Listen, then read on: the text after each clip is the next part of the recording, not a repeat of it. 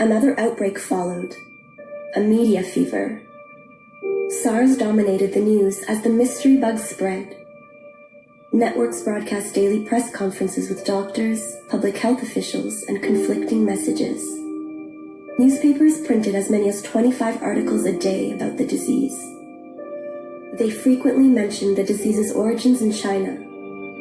Images of Asian populations wearing surgical masks were burned into public consciousness as a symbol of SARS. This flurry of alarming imagery and headlines suggested panic and confusion around the facts of the outbreak. The media's link between SARS and China stoked fear and discrimination against Toronto's Asian communities. But those images of massed crowds were taken in Asia, not Canada.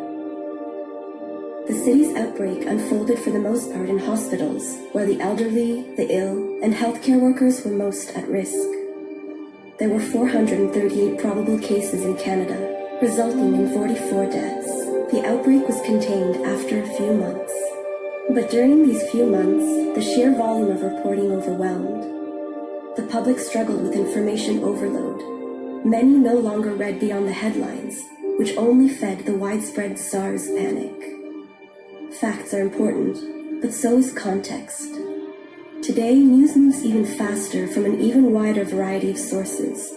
It's more crucial than ever that we look beyond headlines or clickbait and view the facts, the context, and the full story in a time of crisis and fear. Question what you see, hear, and read. Think critically about the messages fighting for your attention. The coronavirus is the family that SARS is a part of. So SARS stands for Severe Acute Respiratory Syndrome. And in 2002 and 2003, there was an outbreak of a novel virus in China, in the Guangdong province. And it started out as a severe atypical pneumonia that was diagnosed basically as not having any known other viral component. Usually coronaviruses just give you a cold. What was unusual about SARS is that it was so lethal. And none of the other coronaviruses in humans actually cause such a lethal disease. And during the epidemic, there was around 8,000 people infected, around 800 people dead, so around 10% died from acute infection from the virus. There was a novel coronavirus that was first reported in September of 2012. It's now called human coronavirus EMC. And what we know is that EMC at the sequence level, it looks like two other known bat viruses that are bat coronaviruses. The parent virus, and the reason that's interesting is that the parent virus of SARS came from bats. And the worry is that this new human coronavirus EMC, which is also from bats, is essentially the very early stages of what we saw for SARS. So this is this is what we saw where we have very early infections from animals to people. And if the virus accrues these mutations along the way that allows for very high transmissibility, then it becomes a much more problematic public health concern. The president has said that there are some things the Obama administration did that he questions. He says that the Obama administration didn't handle the swine flu well. He talks about how to change some of the parameters of testing.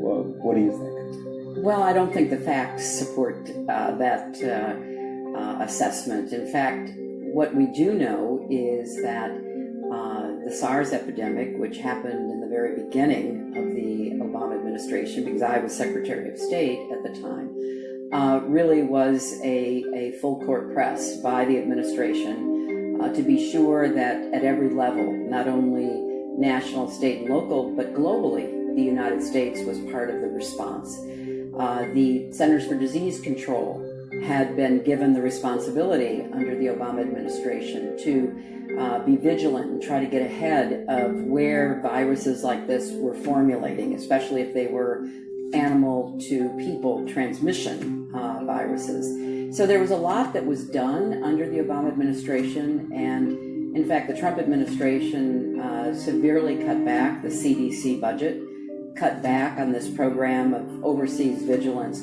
But I don't think it's a time to point fingers, whether it's from the past or from the present. When I was a kid, the disaster we worried about most was a nuclear war.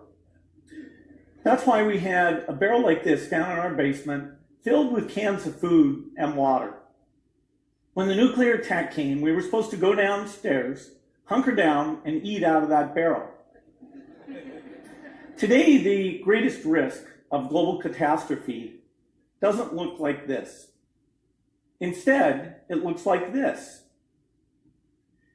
If anything kills over 10 million people in the next few decades, it's most likely to be a highly infectious virus rather than a war. Not missiles, but microbes. We have had to have these epidemics to get us to move, but the timing in terms of the science, the recognition that epidemics don't respect borders, and so whether you're looking at this through a humanitarian lens or a purely domestic lens, these are investments that should be made.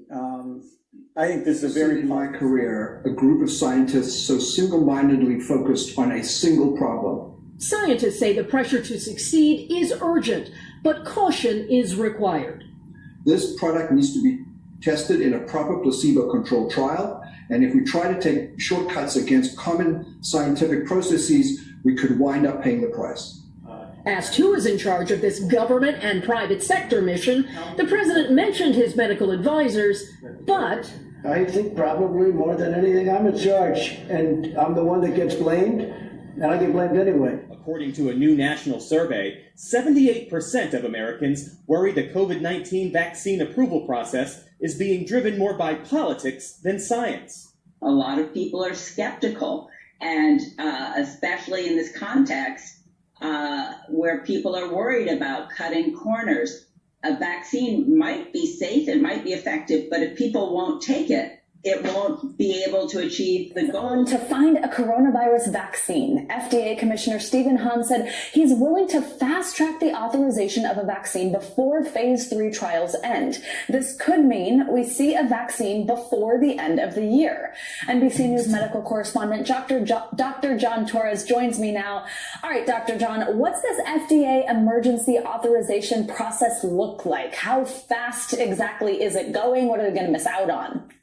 And Savannah, it can get very confusing because this isn't something that we've seen, most of us, at least in our lifetime, but the FDA typically does what they call an approval process. And drugs, vaccines, they'll go through 3 different human phase trials after they've already gone through animal trials. In between each trial, a lot of data analysis, a lot of number crunching, and then you start the other trial. And then typically what happens is once they get through those trials, then they'll look at the approval process. This can take years. On average for vaccines, around 11 years. Well, now we have a pandemic, so push forward to 2020, they're saying, we don't have time for that, so let's use this emergency use authorization. And what happens here, instead of doing the robust trials and studies and data analysis they say, we need to look at it from the point of view, do the benefits outweigh the risks? In other words, we have something bad going on right now, the coronavirus pandemic, we need a vaccine. Is there a way we can bridge that gap, at least temporarily, using this emergency use authorization?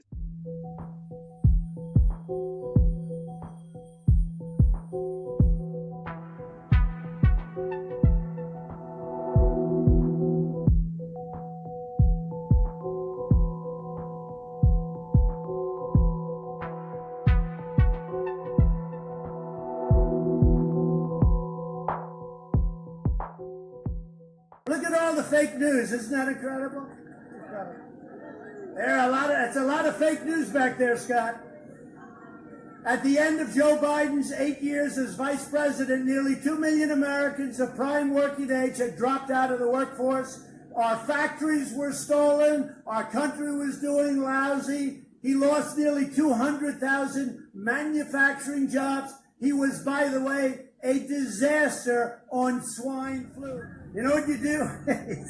you know what you do when that happens? You just walk off because there's nothing you can do to recover. It's happened to him like, 6 times? Almost every time. That's why he doesn't talk. He's shot. We got to say, look, one thing I've learned. Putin, President Xi of China, right?